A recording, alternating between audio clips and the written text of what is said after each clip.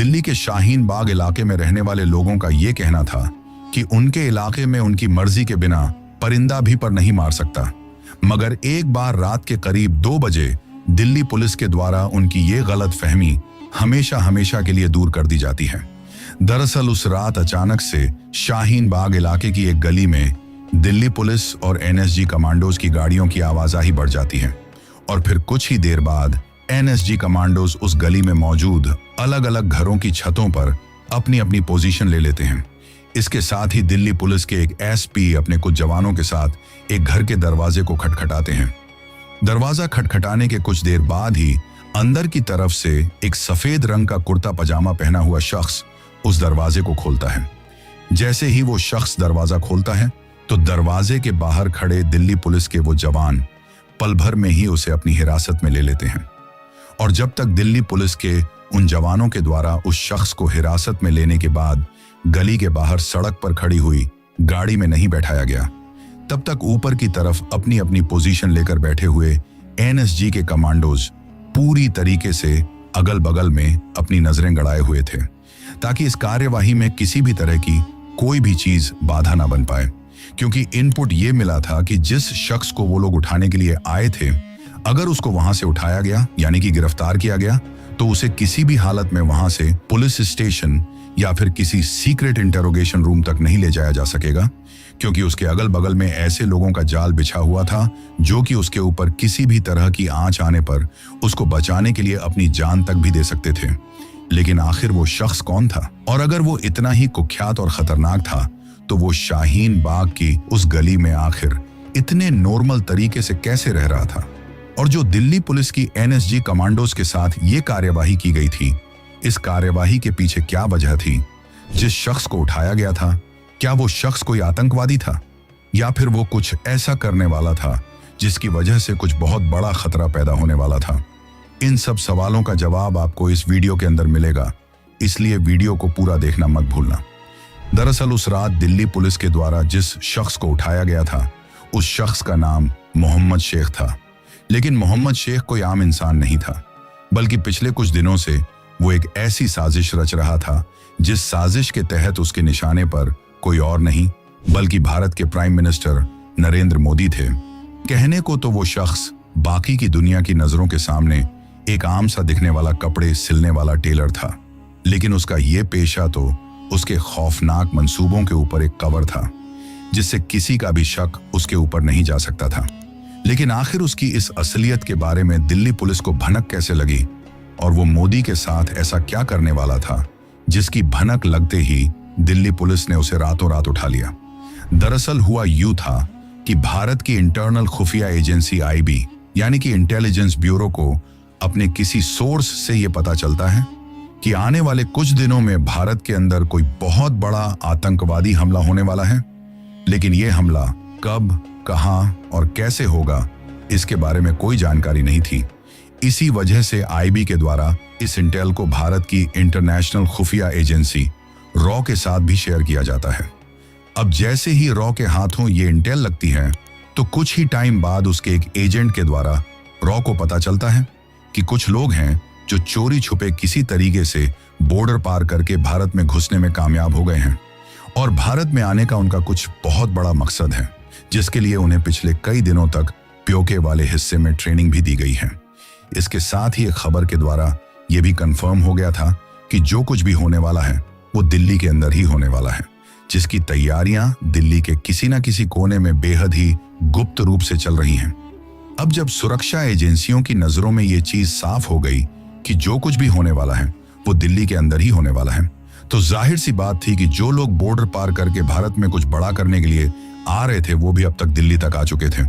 लेकिन अब सुरक्षा एजेंसियों के लिए जो सबसे बड़ी चुनौती थी वो ये थी कि दिल्ली की इतनी बड़ी पॉपुलेशन में महज उन कुछ लोगों को ढूंढ पाना बहुत मुश्किल था और कब क्या हो जाए इसके बारे में कुछ कहा नहीं जा सकता था। लेकिन तभी एक ऐसी खबर निकलकर सामने आती है जिसने सुरक्षा एजेंसियों को उन लोगों के एक कदम और करीब पहुंचा दिया था। और वो खबर ये थी कि दिल्ली पुलिस में कुछ टाइम पहले ही एक नया लड़का भर्ती हुआ था और उसके जो पापा थे जिनका नाम महेश था, वो दिल्ली में ही एक चाय की दुकान चलाया करते थे और दिल्ली में वो जिस किराए के घर में रहते थे उनका वो घर शाहीन बाग वाले उसी इलाके में था जिस इलाके से उस रात दिल्ली पुलिस मोहम्मद शेख को उठाकर लाई थी। और उस कार्यवाही में इस शख्स का, यानी कि महेश, जो कि दिल्ली में चाय की दुकान चलाया करता था, इसका बहुत बड़ा हाथ था। दरअसल हुआ यह था कि महेश जिस घर में किराए पर रहता था, उसके ठीक सामने वाला घर मोहम्मद शेख का ही था। ऐसे में कुछ दिनों से एक चीज महेश के नोटिस में आती है कि कुछ लोग ऐसे हैं जिनको महेश ने पहले कभी भी मोहम्मद के घर पर आते जाते हुए नहीं देखा था, लेकिन पिछले लगभग 10 से 15 दिनों में वो लोग लगातार उसके घर में और बाहर आते जाते हुए दिख रहे हैं। दिखने में वो भी मुस्लिम ही थे, लेकिन उनकी एक्टिविटी महेश को कुछ अजीब लगती है। पहले तो महेश इस बात के ऊपर ज्यादा ध्यान नहीं देता है, लेकिन फिर पिछली 4-5 रातों से एक चीज हो रही थी कि रात के लगभग 2 से 3 बजे के बीच उनके घर के सामने एक वैन आकर रुकती थी और वो लोग उस वैन में बैठकर कहीं जाते थे, लेकिन सुबह होने से पहले ही वापस लौट आते थे। अब क्योंकि पूरे दिल्ली पुलिस डिपार्टमेंट में ये खबर फैली हुई थी कि दिल्ली में कुछ बड़ा होने वाला है और कुछ संदिग्ध लोग दिल्ली में दाखिल हो चुके हैं, तो ऐसे में महेश के बेटे को भी इस बात का पता था। तो एक बार जब घर पर रहने के दौरान महेश की अपने बेटे से कुछ बातचीत हो रही थी, तो उसी बातचीत के दौरान महेश ये वाली बात भी अपने बेटे को बता देता है। अब जैसे ही उसके बेटे को ये बात पता चलती है, तो वो दिल्ली पुलिस के अपने कुछ सीनियर अधिकारियों को ये खबर देता है कि दिल्ली में जिस गली के अंदर वो रहता है, उस गली में कुछ ऐसी एक्टिविटीज हो रही हैं जो कि कहीं ना कहीं सही नहीं है।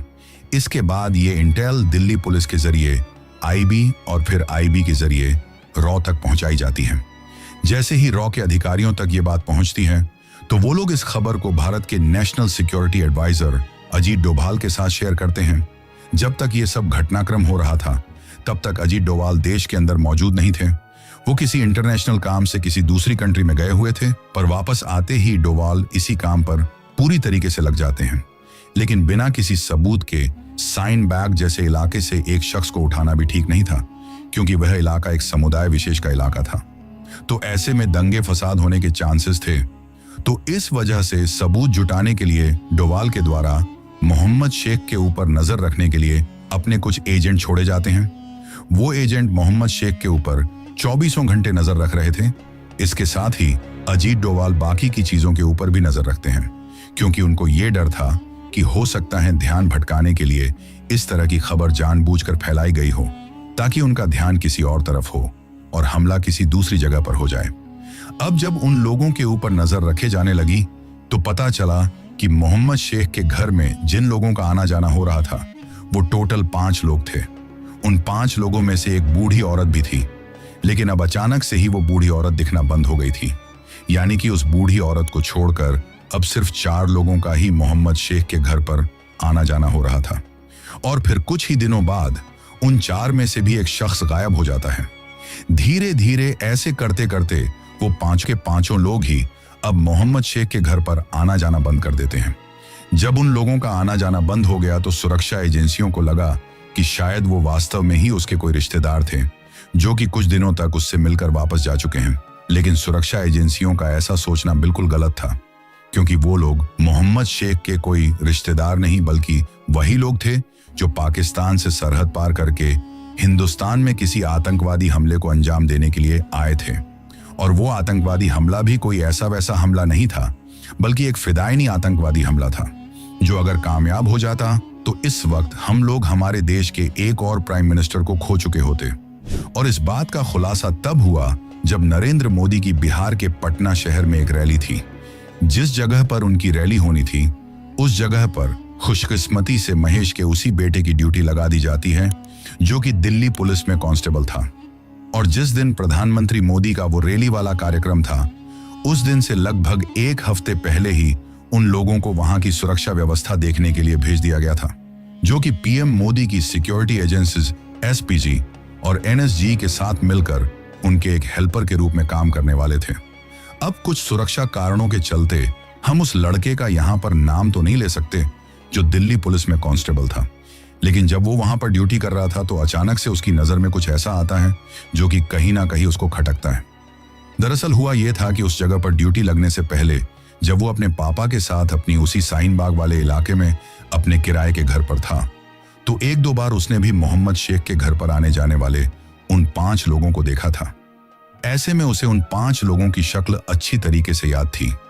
लेकिन फिर जब वो उस ग्राउंड में सुरक्षा व्यवस्था में लगा हुआ था, जिस ग्राउंड में मोदी की रैली होने वाली थी, तो रैली होने के लगभग 5 दिन पहले ही उसे उन 5 में से वो एक बूढ़ी औरत वहां पर दिखाई देती है।